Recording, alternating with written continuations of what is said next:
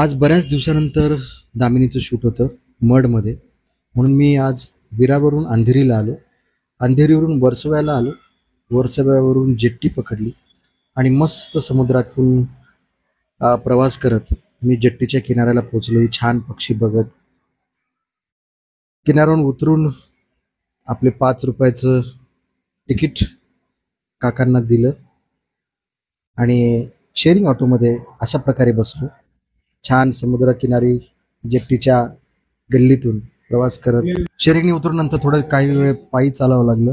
माझं लोकेशन थोडंसं 500 मीटर दूर होतं.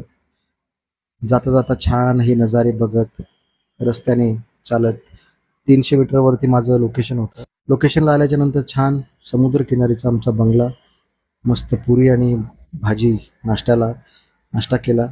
स्क्रिप्ट हातात आली आणि मग आमच्या ताईंनी छान मेकअप केला. मेकअप करता करता छान गप्पा मारल्या. ताईंनी सांगितलं की तुम्ही आले की सेटवर छान वाटतं आम्हाला. मग आमच्या सीनची रिहर्सल झाली. डिरेक्टर्स, सगळे ॲक्टर्स, असोसिएट हे सगळे बसून आम्ही रिहर्सल केली. रिहर्सल नंतर मग एक टेक घेतला. आमचे सर सोमनाथ सर आम्हाला भेटले तिथे आणि फार आमच्या पण छान गप्पा झाल्या सोमनाथ सरांसोबत.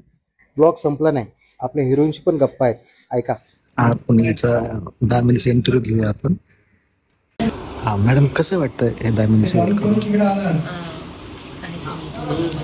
खरंच छान वाटते तुमच्यासारखे को आर्टिस्ट माझ्यासोबत असल्यामुळे.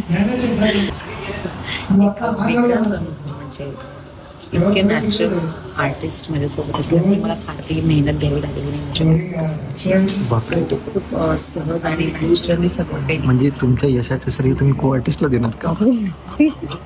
माझ्या यशाचं श्रेय माझे को आर्टिस्ट त्यांना असते. कांबळे सगळ्यांना करतात, सो मी त्यांना असते. बघितलं किती डिमांड आहे आपल्याला, किती डिमांड. अजून काय म्हणत होतं तुम्ही? काय म्हणा? अजून काय म्हणत होतं म्हणलं? अजून काय म्हणणार, तुमचं नाव आलं तिथे सगळ्या शोला 4 लागले. मी एवढेच माझे बोलायचे अमूल्य 2 शब्द सांगतो, माझं भाषण दिसतं. Thank you so much. आणि फारच बरं वाटलं आजचं मॅडमशी गप्पा मारून. आणि त्यात माझं कौतुक होतं, त्यामुळं हा आजचा एपिसोड तुम्ही नक्कीच बघा. Thank you so much.